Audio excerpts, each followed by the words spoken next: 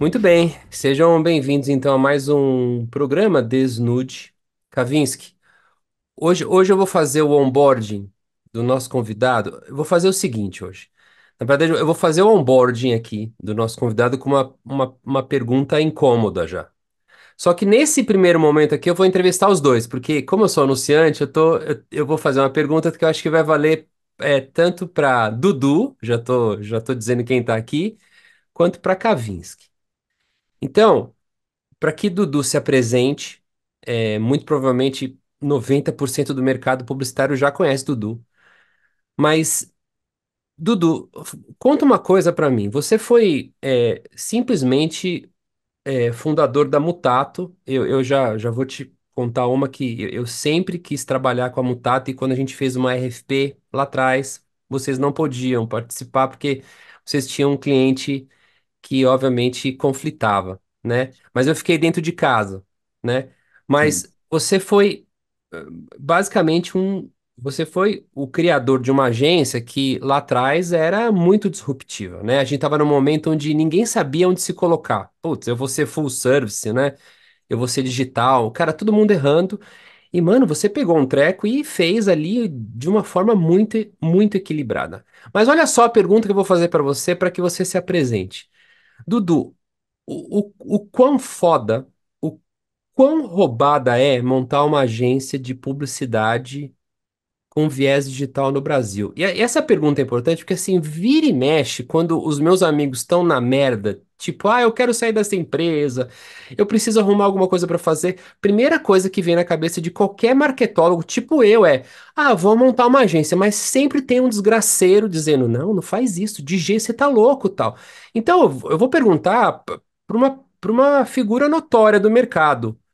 Dudu, o quão foda é montar uma agência de publicidade? É realmente trampo a gente trabalhar nesse segmento? E depois que você responder, aproveitando que agora eu tenho dois entrevistados aqui, o Kavinsky vai me dizer o quão difícil é fazer a liderança de marketing hoje dentro do grupo WPP. Simplesmente o segundo maior conglomerado de comunicação do planeta, né? Mas eu queria primeiro escutar, Dudu, seja muito bem-vindo, já com essa pergunta meio capciosa aqui. Manda bala aí. cara, tudo bem, gente? Kavinsky, que satisfação, que honra, Grefe, que honra. Muito obrigado. Honrado. O podcast de vocês nasceu brilhando, porque vocês são verdadeiros, autênticos e inteligentes e carinhosos. Então, eu estou muito feliz de estar aqui. Obrigado. Cara, que pergunta, hein, meu? Eu diria que, acho que assim, primeiro lugar, né? Depende do tempo.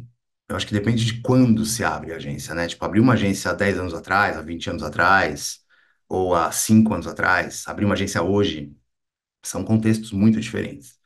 Hoje, não só por causa de inteligência artificial, que sem dúvida é o grande tema, a grande tempestade, talvez, chegando, e tempestade no sentido ruim e no sentido bom, né? Que vai chover também, e chuva é bom. Mas também, mas assim, quando a gente abriu a Mutato, ela tinha uma proposta, e aí é um pouco da característica de cada um, meu. É aquela coisa, as marcas, elas fazem publicidade e o marketing, né, ele existe para fazer elas se destacarem, né, para gerar negócio, para diferenciar, para que a marca, o produto com aquela marca, ele valha mais tanto para o consumidor quanto em todos os aspectos, né, do negócio, preço, distribuição, etc., que ele valha mais, porque aquela marca é percebida por qualidade, por ousadia, por algum adjetivo, vamos dizer assim, positivo, superlativo, talvez. Então, quando você abre uma agência de propaganda, de publicidade, seja e digital, no caso, no nosso caso, assim, acho que tem agências, óbvio, que estão mais para tecnologia, que estão mais focadas em volta das big techs, né? Agências que trabalham mídia, agências que trabalham mais desenvolvimento de aplicativos, por exemplo. A Mutato, ela nasceu como uma agência de relevância cultural. Então, a gente nasceu um pouco antes do boom das redes sociais, e a gente olhou para esse boom e a gente se focou na coisa das redes sociais, Numa época que todo mundo falava, putz, meu, redes sociais, quem faz é meu sobrinho, né? Põe o estagiário para fazer o post. E da mesma maneira que há 20 anos atrás, era o web designer. Meu sobrinho é web designer. Põe o meu sobrinho para fazer o site. E olha onde a gente chegou, né?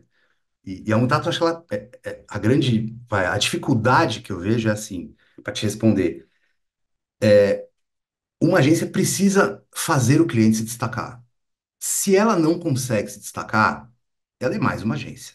Então, é quase como dizer assim, se eu faço uma agência que não se destaca, como que eu posso fazer o cliente acreditar que eu vou fazer ele se destacar?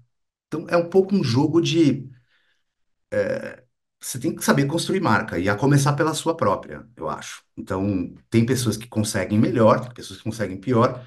Em qualquer momento da história, olhando para os últimos 30 anos, talvez, tem desafios, sejam macroeconômicos, sejam dentro da própria indústria. Mas eu diria assim, quem tem essa veia de conseguir enxergar, tipo, do mateiro, sabe? Ó, eu vou entrar nessa picada aqui, eu vou me machucar na frente de todo mundo, porque na verdade não tem ninguém na minha frente, né? Eu vou ser o primeiro a se machucar, talvez, vou me ferrar, vou cair, vou quebrar o tendão, de Aquiles. E vou. Mas, cara, é a minha vocação. Eu quero descobrir o novo. Eu quero achar uma proposta de valor para o meu negócio que, porra, seja única. E eu vou ser obsessivo com isso. Eu acho que a coisa do empreendedorismo nesse mercado de agências depende muito disso, cara. Claro que tem outros perfis. Tem perfis de empresas que nascem, enfim, que são pessoas muito boas de negócio, né, e que conseguem, sei lá, manter operações inteligentes. A gente teve essa história muito. A dificuldade maior que a gente teve foi, cara, a gente chegou num mercado que queria pagar 50 centavos para fazer redes sociais, e isso em 2012, vamos tá? E 2016, 17 a gente já tinha feito Copa do Mundo, Coca-Cola, Olimpíadas Coca-Cola. A gente era uma das maiores agências digitais do país, assim, não em faturamento, em mídia, porque a gente nem comprava mídia, mas a gente era uma agência criativa e que trabalhava muito numa coisa diferente também. Não era tipo, a gente não fazia anúncio. Nosso negócio era buscar, antes da coisa dos influenciadores e tudo mais, a gente já trabalhava com esse conceito de, tá, quem é relevante, quem não é relevante. Enfim, tudo isso para dizer, eu acho que cada época tem seu desafio. Mas acho que o maior deles, cara, é assim, como que você se mantém com força, com valor. E é uma capacidade de reinvenção constante, né? Que é Ô, necessário. Kavinsky, antes de passar a bola para você, deixa eu aproveitar o ensejo aqui. Você, é porque é interessante o que você está dizendo. Você está comentando sobre depende da época, né? É, assim, ó, olhando agora, olhando para trás e olhando, tirando uma fotografia do hoje. O que não caberia? Eu fiz uma pergunta pro Lorenzetti, pro Edu Lorenzetti, né? Acho que foi alguns Hum. programas atrás, né, Kavinsky, que era a pergunta inversa. Eu perguntei para ele assim, o que que deveria ter, né? E ele deu lá, né? Ele falou três coisas essenciais. Eu vou fazer uma pergunta inversa para você. Eu vou falar assim, olhando lá atrás e agora, o que não cabe hoje. O que não caberia, em hipótese alguma, como diferencial, como uma alavanca de negócio para uma agência, assim, o que você diria assim, cara, isso hoje não é mais de bom tom, ou isso hoje também não leva a agência para lugar nenhum. E depois eu juro que eu passo o bastão aqui para o Kavinsky para falar um pouco dessa dificuldade, inclusive como líder de marketing, de trazer relevância para os clientes, que eu acho que também faz parte desse escopo, né? Cara, eu acho que tem uma questão de propriedade intelectual muito forte aí. Porque, na verdade, a agência, ela parte do princípio, o modelo de negócio dela é de prestação de serviços, basicamente, né? Então, ela nunca é dona da criação dela. Ela sempre cria para o cliente, por encomenda. E existe uma competição, um mercado super consolidado e muito competitivo. Talvez Cannes, por exemplo, né, é um festival que para você ganhar um leão, não sei as estatísticas, mas é um percentual ridículo, né? As campanhas inscritas versus as que ganham prêmio, e isso vale para os grandes anunciantes. Quer dizer, as agências que conseguem trabalhar com anunciantes relevantes, com grana e com impacto, né, são muito poucas. Então, eu diria que, assim, que é o grande desafio aí? Que eu acho que é difícil, assim, que não valeria para hoje. Eu acho que não dá para partir do princípio que você é só um prestador de serviço. Acho que as agências, cada vez mais, elas precisam conseguir trabalhar, até porque existe uma grande intersecção, aliás, um grande confronto acontecendo. O que que é entretenimento, o que que é publicidade, o que que é entretenimento no celular versus entretenimento na tela grande da TV, o que que é no iPad, Netflix, TikTok, né? A gente tem entretenimento como a gente nunca teve antes. A gente tem informação como a gente nunca teve antes. Mas a necessidade das marcas se colocarem de maneira diferente, tipo, desculpa o termo em inglês, tá? Stand out, se destacar ela é cada vez maior. Quer dizer, quanto mais plataformas e quanto mais a tecnologia fica absolutamente enfiada nas nossas vidas, a gente não tem espaço para fugir dela, as marcas têm mais desafios, né? E, portanto, as agências também, por sua vez, têm desafios, cara, que hoje, eu acho que, assim, primeiro, elas não podem ser só prestadoras de serviço, na minha opinião. Eu acho que elas precisam ter propriedades delas. A gente tem alguns exemplos muito bons que a gente pode falar, mas esse é um dos pontos. Acho que o modelo de prestação de serviços ele tem que mudar. Não é também pro caminho da consultoria. Sim, pode até ser, mas eu acho que tem um caminho do criativo, né, da criatividade. Porque assim, as agências sempre foram muito boas em criar campanhas, em fazer as marcas se destacarem, mas elas são horríveis em criar modelos de negócio. Elas falham miseravelmente em conseguir se remunerar de maneiras mais criativas, né? Acho que esse é o grande dilema das agências, cara. E é assim, a dor de um dono de agência, do empreendedor, né, ou de uma empreendedora, é essa, no fim das contas, que é assim, você acaba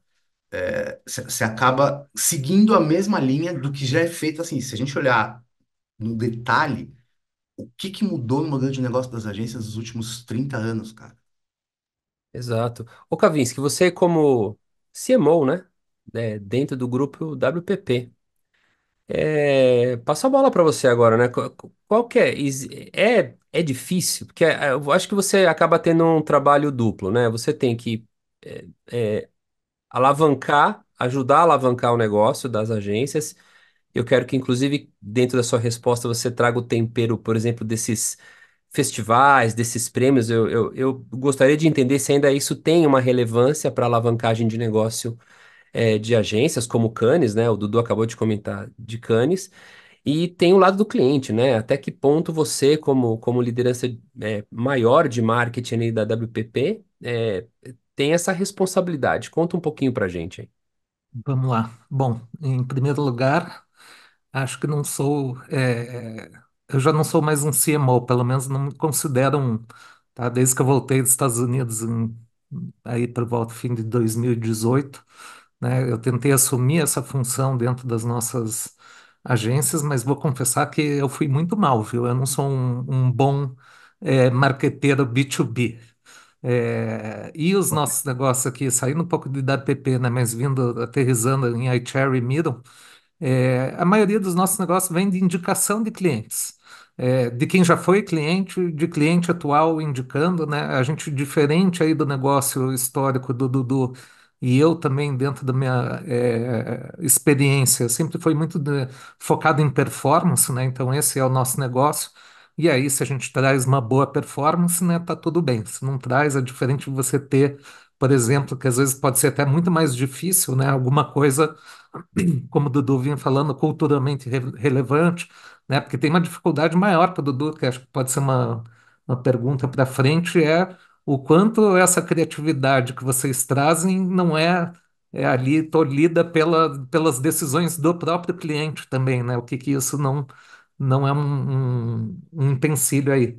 Né? Mas dentro aqui então, dessa parte de marketing, né, voltando, a gente é muito, né, 90% dos nossos novos negócios aí vem de indicação de fato, né? Eu mesmo me considero um aprendiz hoje, por isso que eu coloco no meu LinkedIn aprendiz, porque eu tenho aprendido com todo mundo, não gosto mais de cargo, acho que cargo deixa a gente preso dentro de uma caixinha, né? E a gente acaba ficando ali bitolado com aquilo, tá? Mas aqui para trazer o lado da app, né? Eu acho que os festivais têm bastante relevância, tá? Acho que ganhar um Leão de Cannes é muito importante. Acho que, né, Mutato e Dudu podem falar melhor que eu sobre isso, porque a gente não é, né, dessa linha criativa, né?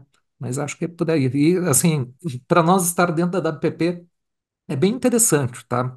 Vamos pegar o momento de IA, por exemplo, né? Tem muita gente muito boa, a WPP vem comprando negócios mais de tecnologia do que de publicidade em si, né? E a gente consegue aí ter um leverage, né? Uma vantagem competitiva daqui para frente bastante substancial, espero, em relação a outras agências e outras marcas, né? Então tem o ônus e o bônus sempre, né? Mas a gente sempre foi muito feliz aí nessa relação. Ó, eu vou pegar o ponto do Festival de Cannes e agora eu vou colocar vocês, né, numa armadilha aqui, num imbróglio. Rolou recentemente, né, o Festival de Cannes, a Meca aí, né? A Meca poser da publicidade, né? É tipo o festival Mamãe Vence na Vida, né? Então, tá, né? Emana criatividade. Pois bem, eis que a galera chega no festival, né? E eu acho que depois de anos, né? A ficha caiu para os criativos e para os mídias. Eles não perceberam, mas eu acho que a ficha caiu. Tava tudo dominado pelas Big Techs. Tava lá no festival. Gente, eu já fui 2 vezes pro Festival de Cannes, né? Era craft o negócio. Sabe aquela coisa, tipo, né? O isoporzinho com o papel. Era craft. E assim, eu acho que esse movimento, ele já tá rolando há muitos anos e eu acho que a ficha caiu pra galera agora só, porque tava literalmente tudo dominado pelas Big Techs. A sensação que eu tenho, né, na história do Festival de Cannes, assim como todos os outros, é que assim, as Big Techs começaram com um relacionamento meio monogâmico. Chegaram lá para as agências, ó, vamos ter uma relação exclusiva nós, né? Eu te forneço uma ferramenta de self-service aqui de advertising, né? Tem uma ferramenta de analytics, assim por diante, e eles tiveram que fazer numa determinada época um trabalho educacional de inbound marketing, inclusive com os anunciantes. E nessa de ter a relação com os anunciantes, chegou um momento que eles viraram para as agências e falaram: Ó, que tal a gente abrir o relacionamento? Vamos fazer um trisal. É melhor assim, né? O trisal é melhor. Porque aí eu tô te apoiando aqui, mas eu ajudo o outro lado também, né? Porque o outro lado eu consigo colocar valor ali e a conta fecha. Só que agora a gente chegou no momento onde parece que rolou um poliamor, né? E olha só, agora eu vou dar a minha opinião como anunciante. A gente tinha uma coisa que era muito fechada, muito exclusiva. Tecnologia, não só do ponto de vista de publicidade, mas para o mercado de uma forma geral, era algo muito corporativo, sabe? Era o B2B. E, cara, as Big Techs, elas transformaram isso quase num direct consumer do ponto de vista de comunicação. Hoje, qualquer mecânico faz mídia programática via Google Ads. Eu estou dando nomes mais notórios para as pessoas conseguirem fazer a conexão. Mas a verdade seja dita, né? Muito do trabalho de mídia hoje está automatizado e a gente já sabe o que vai acontecer com o AI. Muito do trabalho, principalmente da parte de performance de criação, também vai ficar automatizado. Aí, olha a armadilha que eu vou meter vocês. Mano, flopou pra agência, assim, flopou pros criativos, assim, é... onde é que a gente errou, cara? Porque, assim, a gente tá poliamor total, né? A gente começou bem, né, bem ali, straight, né, aquela coisinha monogâmica, aquela coisa exclusiva, mas hoje tá geral, assim, né? Não tem mais essa história, né? Se um cliente quiser fechar um contrato, um JBP, por exemplo, né, direto com uma Big Tech, é isso, chama a agência lá só para colocar alguém para fazer a gestão. Já fechei com o cara.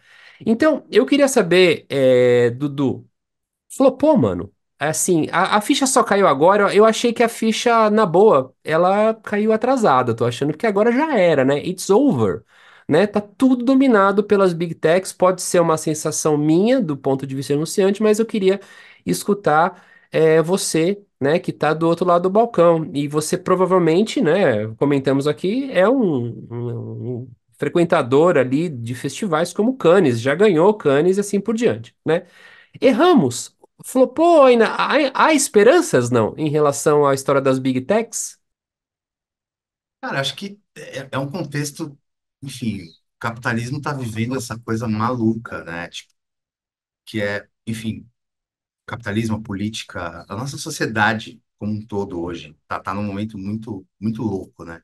As coisas acontecendo muito rápido, numa velocidade absurda, essa coisa da tecnologia nas mãos das pessoas e o tempo inteiro, 24 horas por dia, né? E isso faz, para mim, assim, me dá a impressão de que, claro que politicamente falando, tem se tentado cada vez mais regular as big techs, muito difícil, né? Com muita dificuldade, a duras penas. Eu acho que eu sou um otimista cuidadoso, cauteloso, vamos dizer assim. Eu acho que tem uma coisa muito importante, cara, que é assim, o quanto que a criatividade não perde valor e e quanto mais, na verdade, as big tech, assim, uma coisa é institucionalmente as agências, as holdings, né, a parte do dinheiro grosso do mercado publicitário, da parte das agências, como isso afeta as holdings, tá? Outra coisa é como isso afeta o produto criativo que as agências são capazes de criar.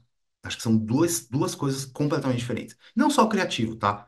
Estratégico, o valor que a agência é capaz de aportar como um JBP, né? Então, acho que são coisas muito diferentes. Se a gente olhar para as holdings, realmente a coisa tá feia. Se a gente somar, citando aqui nosso querido Guilherme Ravache, jornalista incrível, ele cobriu Cannes esse ano, ele vem cobrindo o mercado publicitário de um jeito muito legal, no Valor. O Guilherme é corajoso. Sabemos Cara, por quê. Corajoso. se você somar os valores de mercado das cinco principais holdings de publicidade hoje, não chega a 2% do valor de mercado da Nvidia. Vamos falar sobre relevância econômica, no É, caso? é uma virada de mesa isso aí, hein? Por outro lado, se a gente pega o Festival de Cannes, e a gente, claro, Cannes, naturalmente, as Big Techs são as grandes financiadoras do festival. Elas são as grandes patrocinadoras. Quando você anda não só dentro do palé, né, do lugar, do Palácio de Convenções, mas principalmente na praia, que é onde ficam as áreas de ativação das marcas, cara, elas dominam. É uma briga. Google, Meta, TikTok, um brigando com o outro e querendo ser mais relevante que o outro. É uma loucura. Os streamings também, a Amazon também, né? Todo mundo tá lá e é uma briga assim, as agências são necessárias nesse ecossistema por um motivo, e aí olhando um pouco menos para a holding, que essa sim, acho que é um desafio gigante, porque antes de falar das agências, tá? Das holdings. Se a gente olhar Accenture, que é talvez a maior consultoria hoje, né? É muito doido a gente imaginar Accenture hoje dentro desse contexto, né? Há 20 anos atrás, quem Accenture que quer, né? O contabilidade. Não querendo tirar o mérito, mas, né? Você pega, tava no mesmo balde da Price, né? Ou no mesmo balde da Deloitte, né? Hoje, meu, os caras estão lá em Cannes. E esses caras, eles são muito bons em criar valor para os clientes, ou pelo menos em renovar a forma o próprio modelo de negócio deles. Claro, a maneira como eles cobram, etc., ela não muda tanto. Mas o que eles são capazes de entregar, eles são bem financiados o suficiente para conseguir contratar talentos. Claro que eles brigam por talento com as Big Techs também, e eles perdem no sentido de mas existe uma realidade, cara, também. Então, assim, vai. Eu diria assim, o que as holdings estão tentando fazer hoje, o Kavinsky depois me corrige se eu estiver errado, mas minha sensação é que as holdings estão tentando cada vez mais se aproximar do que as consultorias fazem, por uma questão do anunciante final. Não só do anunciante, mas da empresa final, né? Porque as holdings também, as consultorias não trabalham só em publicidade, elas começaram a entrar recentemente. Elas trabalham em toda a cadeia de valor. Então, as holdings tentando, para lidar com essa espremida que elas estão levando, né? De todas as forças, que são muito maiores do que elas, e também com aí, elas tentando se aproximar das consultorias, e aí vem comprando empresas de e-commerce, empresas de tecnologia e coisa e tal, implementadoras.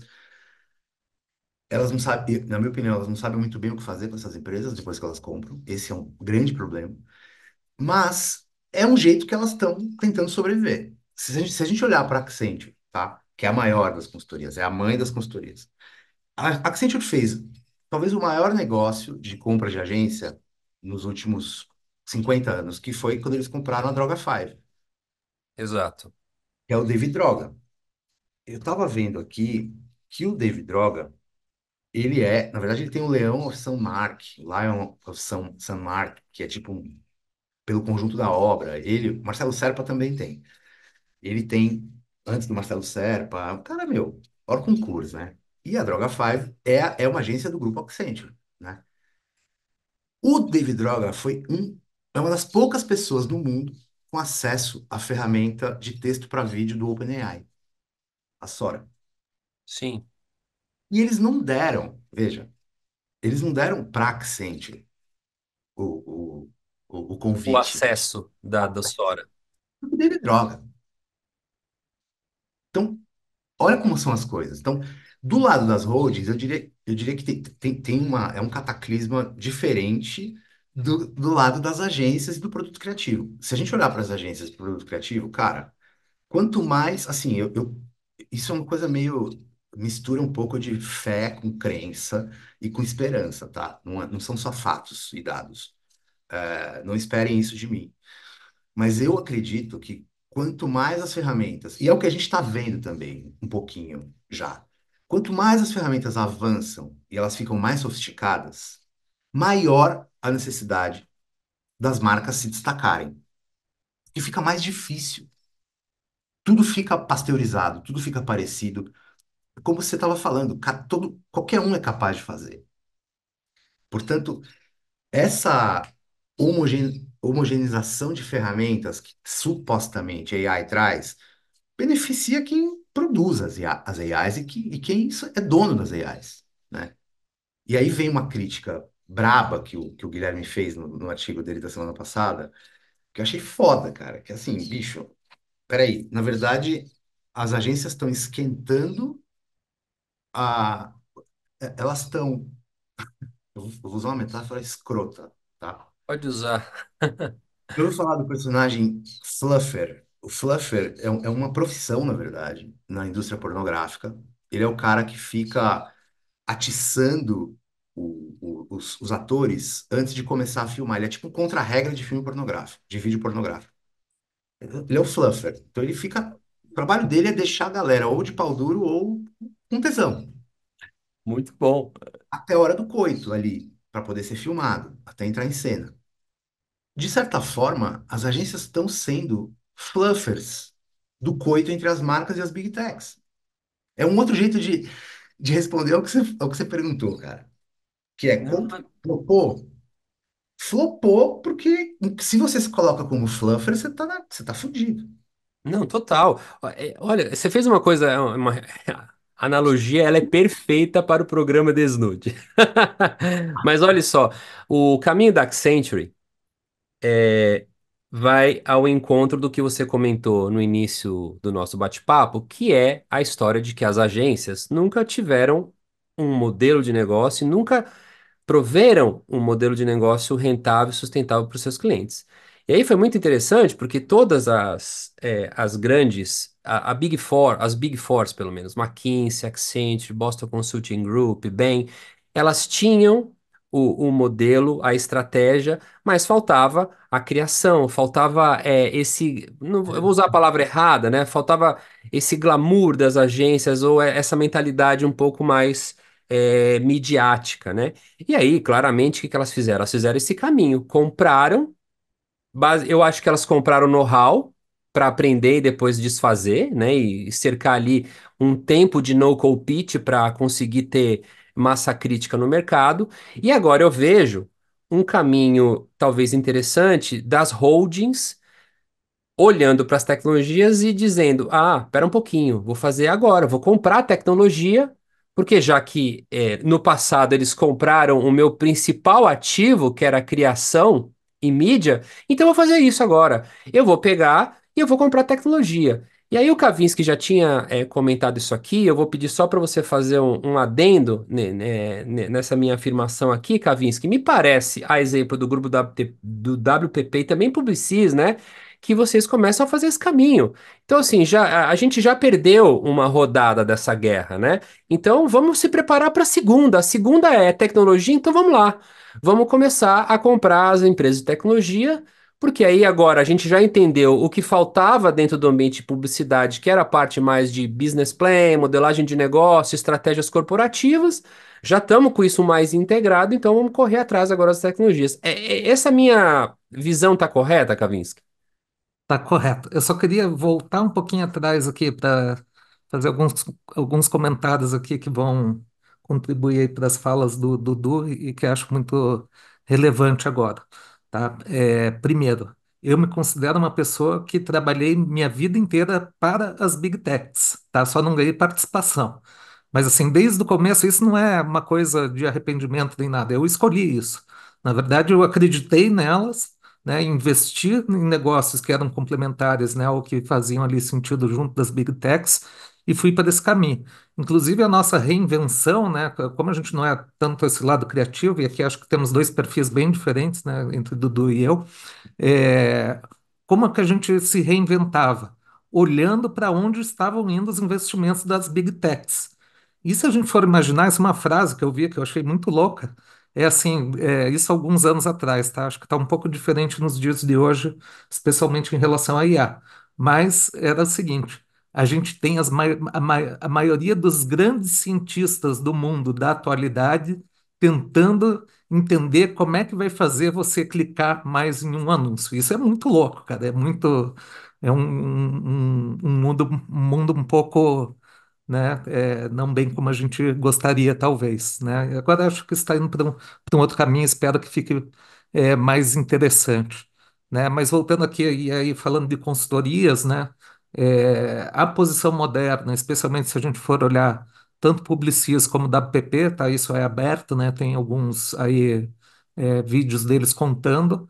É realmente começar a investir mais em tecnologia. Então, por exemplo, da PP, mais de 70% das aquisições nos últimos anos foram empresas de tecnologia e não agências de publicidade, e é partir para o modelo onde você tem um sistema operacional. Vai mudar completamente o modelo, não só, né, de fazer negócios, mas o modelo comercial também. Os clientes, os anunciantes, né, no lugar de pagar, né, por um escopo de pessoas que está fazendo um trabalho, vai pagar pelo acesso a essa ferramenta, né, que vai aí ser complementar a tudo que as Big Techs já fazem, então vai fazer uma união aí de um negócio muito complexo, né? O marketing se tornou complexo, independente das Big Techs, né? Mesmo que você trabalhe com elas, né, ainda existe uma complexidade muito grande, né? Se a gente for pensar tudo que pode ser feito, tudo que poderia ser feito, né? E aí acho que juntando isso tudo é como aí as holdings vão trabalhar esse futuro, né? Vamos ver como é que se sai. Ô, Kavinsky, eu sei que esse é um podcast, podcast. A minha esposa fica sempre.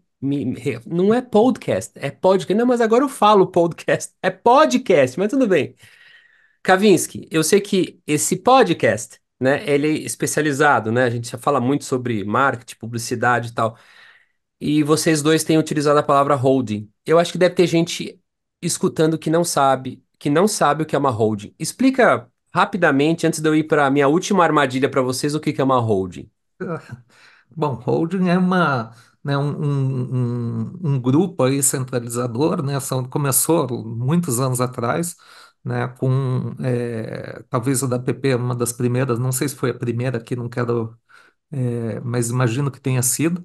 Né? A WPP, na verdade, é Wired and Plastic Products. Esse é o significado das letras, né? Martin Sorrell comprou uma empresa, né, que trabalhava com fios e plásticos, né, transformou isso numa outra razão social, um outro tipo de negócio, né, e começou a adquirir agências, né, no lugar das agências se tornarem completamente independentes, ele tinha ali um grupo de agências, às vezes complementares, às vezes até que competiam, né, debaixo desse grupo de um guarda-chuva, né, e a WPP em si, por exemplo, não era, né, uma agência de publicidade, não tinha um modelo de negócio, por exemplo, que vendia uma coisa diretamente, mas sim, né, os negócios que estavam ali debaixo. E por muitos anos, né, foi assim que o mercado evoluiu. Não sei se dei a melhor explicação, se Dudu quer Não, deu sim, deu contar. sim.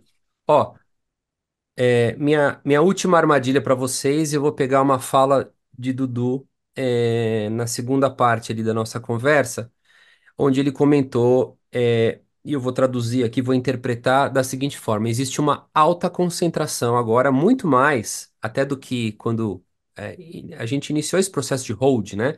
Mas hoje, quando você pega as big techs, é evidente, existe uma gigantesca concentração de poder e capital na mão de quatro ou cinco, né? Aí eu fico me perguntando se não, se a gente corre o risco aqui ou não da gente ter um rumo ético desse capitalismo para vertentes um pouco complicadas, né? A gente, assim, usando os meus estudos, né, lá de trás, do ensino fundamental, a gente tem um oligopólio, né? Não preciso ficar aqui, não precisa fazer muita conta matemática, né? Na publicidade digital, o oligopólio, para mim, é muito claro, né? 90% está na mão do Google e da Meta. Hoje, com o TikTok, deve ter um pouquinho mais né, de equilíbrio, mas, senhores, existe um oligopólio. Quando vocês olham isso, né, tendo toda a experiência que vocês possuem, né, do ponto de vista de gestores de mídia, né? Vocês são a intermediação direta entre os veículos e os anunciantes. Vocês acham que pode dar ruim essa história? Ou quando a gente pega, né, essa grande concentração de poder e de grana, tem ali uma questão ética em torno do capitalismo. Dudu, esses dias me passou lá um artigo muito interessante de Marina Fefer, que é uma das donas da Suzano, que está criando um grupo de milionários que tem como objetivo fazer uma repartição do legado com entidades. Eu queria terminar esse podcast suave, entendeu? Mas eu sei que a pergunta é um pouco filosófica. Passo a bola para Dudu, depois Kavinsky pode fazer algumas considerações e complementos aqui. Olha, o desafio é conseguir um fio da meada que seja eficiente, mas eu vou tentar. Eu diria assim, é, o WPP, eu fui do WPP por 11 anos e conheci o Kavinsky, tá lá ainda, ele entrou um pouco antes que eu e eu saí um pouco antes, né? Ele tá lá ainda. É, a história do WPP é uma história de um CFO, de um financeiro, na verdade, um empreendedor financeiro. O Martin Sorrell tinha sido financeiro da Saatchi Saatchi, que era uma agência super proeminente dos anos 70, e eram dois irmãos, os Saatchi Brothers, né? Eram ingleses, e ele era o financeiro, o mastermind ali, o cara que cuidava do cofre. E ele conseguiu fazer os caras crescerem de um jeito absurdo, mérito dele também e tal. E aí ele viu essa oportunidade com o WPP, numas de ele comprou o direito de abrir capital, né? Aliás, de uma empresa que já tinha capital aberto, que é essa Wire and Plastic Products, e ele passou a comprar agências de propaganda, porque ele entendia perfeitamente o negócio do ponto de vista financeiro, do modelo de negócio. E ele entendeu, cara, que ele inventou, na verdade, de certa forma, o conceito de holding na propaganda, certo? Assim, acho que talvez tenha nascido antes dele, mas ele foi o cara que catapultou o negócio e fez todo mundo segui-lo, né? E, ou seja, foi a partir de uma lógica financeira, do tipo assim, olha, quanto mais agência eu compro, mais o lucro dessas agências, o resultado contábil dessas agências soma no meu e interfere no preço da minha ação como holding e eu tenho mais poder, eu tenho mais capital. E eu tenho, assim, claro que ele nunca teve, ele não, né? Acho que o contexto de holdings de publicidade, eles nunca tiveram ameaças tão palpáveis como essa de Big Techs hoje, porque até um tempo atrás, meu, antes de existirem as Big Techs, de elas serem tão big como elas são, você tinha os veículos, né? Você tinha as emissoras de TV, as redes, TV a cabo, você tinha os veículos, enfim, impressos, né? Que eles eram a mídia, vamos dizer assim. Então, as agências compravam espaços nesses lugares, em nome dos anunciantes. E, principalmente, recomendavam, né, a compra. A agência sempre teve, e a holding, ela sempre teve um papel de agnóstico, de certa forma. Tipo, eu preciso de uma opinião, não só de uma opinião, eu preciso de uma análise técnica, porque mídia essencialmente é uma disciplina técnica, né? Eu preciso de uma análise técnica de qual é o mix da verba que eu tenho para anunciar, aonde que eu vou distribuir essa verba nos veículos que existem disponíveis, né?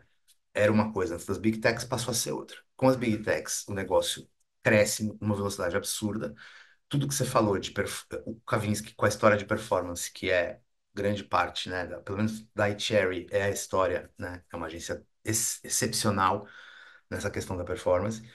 Bicho, é, a grande coisa aí é a agência iCherry, assim como a agência Mutato, ela tinha uma proposta de valor que era a entrega técnica dela. A holding da WPP, o desafio dela a proposta de valor dela é, até um tempo atrás, era financeira, que foi a razão pela qual ela foi criada. Esse é o grande desafio, gente. E aí pegando, e vejam, ele passa a ser, e não falando do WPP, a gente poderia falar da Publicis, da Omnicom, de todas as outras, né? Da Havas, da Dentsu, acho que falei das cinco, talvez a Interpublic também. Todas essas, acho que o desafio ético que elas têm, no fim das contas, num mundo que é regido por big techs que têm dinheiro infinito, de certa forma, porque elas têm o capital aberto, né? O dinheiro que elas têm é basicamente o preço da ação delas e o valuation delas, né? Nos mercados de capitais. Portanto, de certa maneira, um dinheiro infinito, mas elas concorrem entre si, competem, têm suas intersecções, suas áreas de sombra entre uma e outra. Como se manter relevante simplesmente se apoiando na questão financeira de criação de valor? Porque o acionista do app ou o acionista do Interpublic, quem compra ação, né, do app do Interpublic, são grandes geradores de caixa ainda. Não deixaram de ser. Por isso, nunca, não caíram tanto, né, em termos de preço de ação. Mas a grande questão bicho, não dá mais. Aquele argumento do Martin Sawyer para abrir o app, ele, pô, não faz mais sentido. Então tem que se renovar esse argumento. E aí eu entendo, olhando de fora agora, faz um ano e meio mais ou menos que eu estou fora do app, que assim, a gestão que está sendo feita é uma gestão, cara, absolutamente correta, na minha opinião, que bicho, vamos se fortalecer do ponto de vista de tecnologia, do ponto de vista de pessoas, né? Não só criativos, mas engenheiros também, e vamos juntar. Vamos juntar esse povo e vamos criar coisas incríveis para os anunciantes. Vamos renovar nossa proposta de valor. Eu acho que esse é o caminho. Aí, quando o WPP anuncia que vai investir, sei lá, X bilhões, X milhões de dólares, aí vem uma Accenture e fala, não, a gente vai investir 3 bi de dólar. E aí? Aí, pô, 10 vezes mais. Aí você olha, Google, Meta, estão investindo provavelmente muito mais do que isso. Aí vem o relatório do Goldman Sachs, que eu não sei se vocês viram. Saiu no dia 25 de junho. O título do relatório é Goldman Sachs, né, o banco americano. GenAI, Generative AI, né? Too much spend, too little benefit. Muito gasto, pouco benefício? Interrogação. Que eles dão um certo checkmate na febre de aí, do tipo assim, tá, tem uma expectativa, sem dúvida vai ter valor econômico para ser criado, mas vamos olhar para o detalhe? Vamos olhar para o que de... Fácil. Vamos olhar para o detalhe, vamos olhar para o que realmente vai fazer a diferença, porque é isso que a gente precisa enxergar, né? Goldman Sachs falando. Então, tudo isso para dizer, o desafio ético que eu vejo que se tem hoje, e aí falando mais das agências, vai, e das holdings, mas das holdings eu acho que se desplugar da coisa de serem donas de agências e passar a serem provedoras de soluções integrais. Um bom exemplo, vai, eu vou puxar um pouco o saco do app aqui. OpenX, que é o time de Coca-Cola do app. Foi a maior concorrência da história, Grave. Tipo, pelo menos de que se tem notícia recentemente. A concorrência da conta de Coca-Cola, acho que foi uns 3 anos atrás, se não me engano. E foi uma concorrência global, durou, 8 meses. Era a conta global da Coca-Cola, da app ganhou. E, cara, ganhou oferecendo uma espécie de o melhor da raça de todas as agências que estão dentro do grupo. E montou um time para a Coca-Cola, que é o OpenX. Não é uma house. Ó, saiu o coração aí, ó. Não é uma ato falho. Já não tô mais lá. Tenho saudade. Cara, é um puta valor para Coca-Cola. Coca-Cola é uma marca global, precisa estar no mundo inteiro, tem uma questão de consistência global, de glocal, né? De o que equilibrar global e local, de relevância. Tá aí o resultado em Cannes, inclusive. Coca-Cola foi anunciante do ano esse ano. Pela primeira vez na história. Nunca tinha sido, cara. Por incrível que pareça. A Ambev foi por 2 anos seguidos e agora esse ano foi Coca-Cola. Então, dá para se ver que tá todo mundo lutando para tentar criar um mix de produto e serviço para o anunciante chegar e falar, cara, vamos nessa. Agora, tem uma questão que, para mim, assim, eu não falando de ESG, porque é um assim, para mim a grande coisa boa de ESG é de você juntar no mesmo balaio, na mesma palavra, o meio ambiente, o social e a governança. Essa é a parte boa, que é quase como dizer assim, se uma se fortalece, a outra se fortalece junto, em tese, né? Que são três elementos muito importantes. Governança do ponto de vista ético, de não só de como conduzir as relações com as pessoas dentro das empresas e a coisa de saúde mental e coisa e tal, mas também a coisa de como fazer as pessoas quererem ficar nas empresas e criarem mais valor, né? Porque a gente sabe que todo negócio é sobre pessoas, pelo menos até a AI evoluir um tanto aí, vai ter um tempo ainda que vai ser sobre pessoas, né? Bom, Então, sei lá, olhando para tudo isso, eu vejo que ESG da sigla, porque assim, obviamente tem muita espuma, tem muito problema, tem muita polêmica, mas tem uma coisa que é certa, gente, assim, nós estamos indo esse exemplo que você deu da Pfeffer, né, da Suzano, eles criaram um fundo, né, praticamente um fundo, são herdeiros que, sei lá, estão herdando mais, já herdaram ou vão herdar mais do que, se não me engano, 10 milhões de dólares.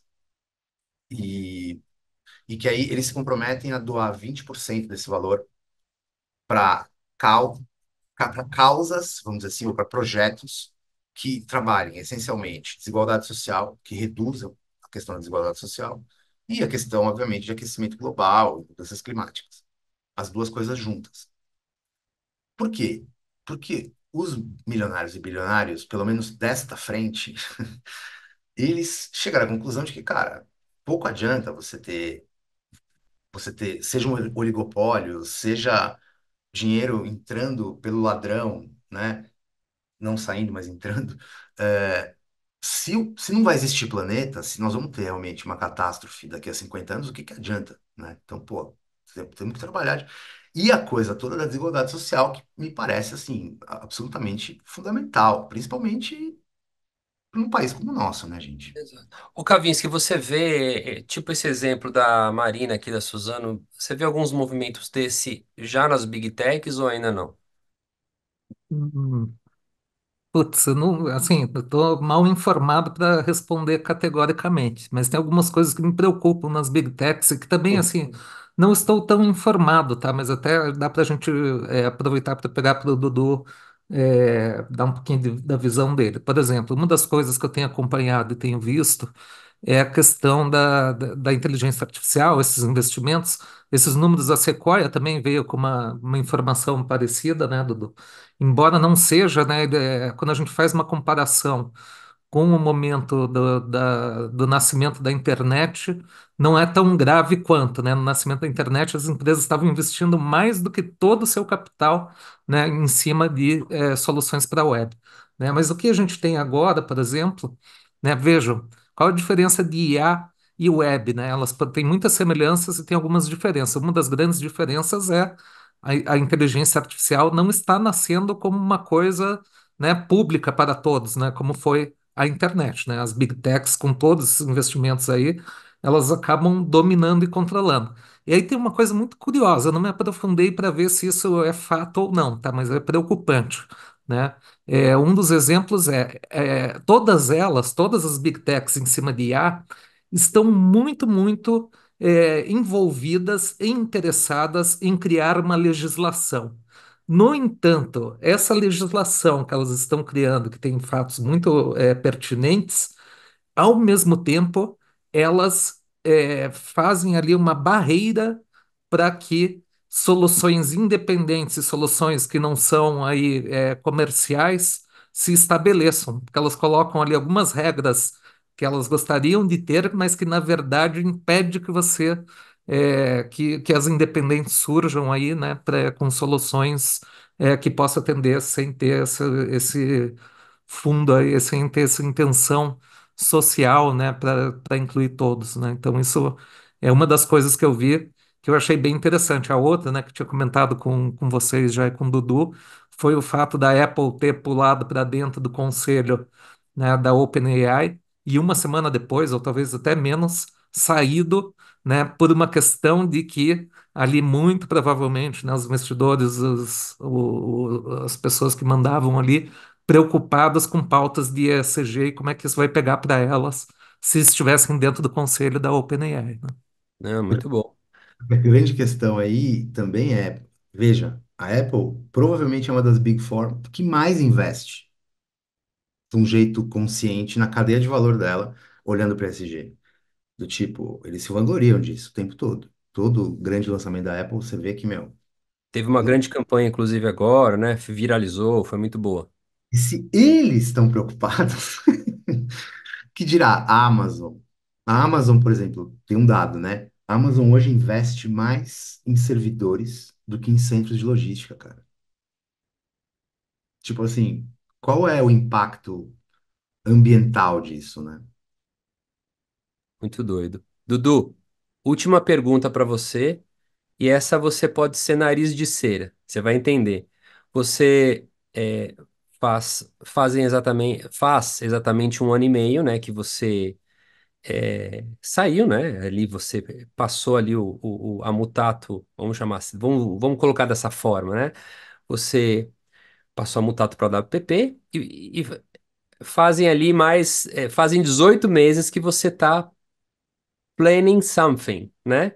Ready to go, né? Imagino que conhecendo ali o teu perfil, você não tirou um sabático, você provavelmente deve estar todo dia pensando em new business. Eu não quero que você comente nada, só quero que você termine o podcast dizendo assim: coisas boas virão. Sim ou não? Coisas boas virão, cara, sempre, meu. Opa! Então em breve encontraremos Dudu aí. Com certeza. Se, Muito. se, se possível no Festival de Cannes, né, Kavinsky? Se possível no Festival de Cannes. Não, Muito bom, segundo semestre aí a gente volta. muito bem. Terminando não compete agora, tipo, nas próximas semanas. Então, Mas assim, em resumo, cara, eu acho que o que que eu consegui olhar nesse um ano e meio, né? Além de, enfim, de sofrer por não ter rotina, de ter aquela ilusão de que, nossa, meu, eu vou ficar no não compete, né? Sabia, óbvio. Então eu vou fazer um sabático, vai ser incrível, eu vou me cuidar. Porra nenhuma. Foi, putz, foi a pior coisa, assim, ficar em casa não foi fácil. Claro que teve coisas muito boas, mas esse macro, né, essa curva romântica que a gente acaba colocando, eu sempre na minha vida, eu sempre achei, eu fiz 50 anos agora, e eu falava, pô, eu quero virar os 50 olhando para frente e não para trás, né? Porque quem olha para trás tem torcicolo, como diz o lá. muito bom, muito bom. Bem, muito provavelmente Dudu não será Fluffer, né? Isso a gente já sabe, né, Kavinsky? Fluffer ele não vai ser, né? Por mais que ele já tenha pesquisado a descrição, mas tudo bem. Criança, Situações onde você não consegue evitar, você acaba dando uma de fulano. não tem jeito. Crianças, muito obrigado aqui pelo programa de hoje, né? Puta, um bate-papo alto nível aqui com o Dudu, Kavinsky, e eu espero todos vocês aí no nosso próximo episódio, tá bom? Valeu, gente. Muito obrigado aí.